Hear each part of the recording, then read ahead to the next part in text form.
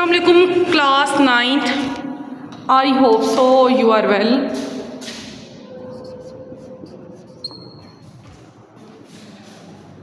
Today we discuss about change the physical condition of a chemical reaction.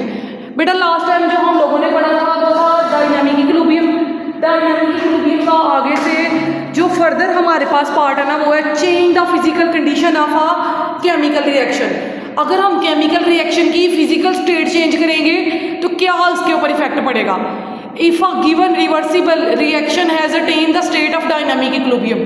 Dynamic equilibrium एक ऐसी equilibrium थी जिसको हम लोग केमिकल इक्विलिब्रियम भी कह रहे थे, जिसमें रिएक्टेंट कॉन्टीन्यूसली प्रोडक्ट में चेंज हो रहे थे और एक खास ये मैक्सिमम लेवल पे जाके ना ये रिएक्शन जो था ना वो स्टॉप हो रहा था। और उसके बाद वो कह रहा है it will remain in this state for affinity time unless it is somehow disturbed. ये अफिनिटी टाइम के लिए भी जा सकती है। इनफाइनेट टाइम होता है, अफिनिटी टाइम होता है लामहदूद मुद्दत के लिए भी ये उस स्टेट में रह सकता है। तो कुछ ना कंडीशंस है जो इसको डिस्टर्ब कर सकती हैं। जो पॉसिबल वेज है ना, फर्स्ट है एडिंग और विड्रॉ वन और more of the product species. एक या एक से ज़्यादा प्रोडक्ट स्पीशी है, अगर हम लोग उनको ऐड कर रहे हैं, पहले डाल रहे हैं फिर उनको विड्रॉ कर रहे हैं, निकाल रहे हैं, जिसकी वजह से रिएक्शन क्या होगा, डिस्टर्ब होगा। एडिंग और विड्रॉइंग वन और more of the reactant species. Reactant मैंने पहले भी बताया था, रिएक्टेंट वो स्पीशी है जो हम स्टार्टिंग पे ले रहे हैं, जो इनिशियली हम लोग ले रहे हैं। प्रोडक्ट वो स्पीशी है जो हमें रिजल्ट में मिल रही है।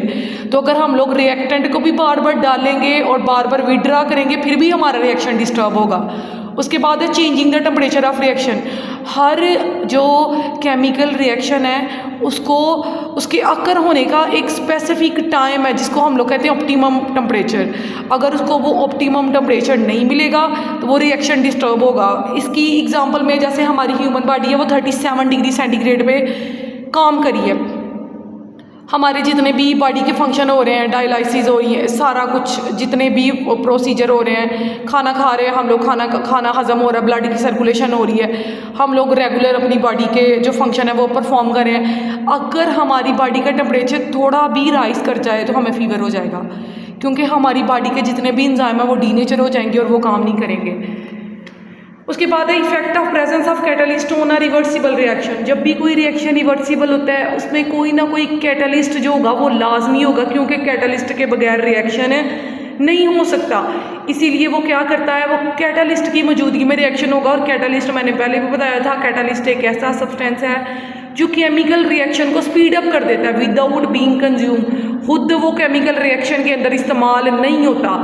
उसके बाद था change the pressure of reaction.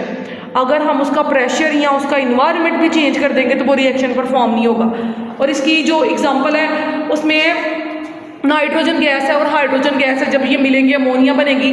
और इसमें टेम्परेचर चाहिए 400 डिग्री सेंटीग्रेड टेम्परेचर चाहिए और कैटलिस्ट की मौजूदगी में होगा। कैटलिस्ट मैंने पहले भी बताया था, निकल एज अ कैटलिस्ट काम करेगा, प्लाटिनियम या निकल दोनों में से कोई एक काम करेगा। अगर इस रिएक्शन को 400 डिग्री टेम्परेचर की कंडीशन नहीं ना मिल रही तो एंड पे जो हमारी ये रिजल्ट में अमोनियम बनी है ये नहीं बनेगी। ये आप लोगों का लेक्चर था, ये आप लोगों ने तैयार करना है। इसके बाद हमारे 2 टॉपिक रह गए और हमारा ये यूनिट कंप्लीट हो जाएगा। आप लोगों ने इसको रिवाइज करना है और इंशाल्लाह मंडे वाले दिन आप लोगों का मैं टेस्ट लूँगी। इससे जो प्रीवियस यूनिट हमारा कंप्लीट हो चुका है ना उसका मंडे को टेस्ट होगा। Okay, thank you very much.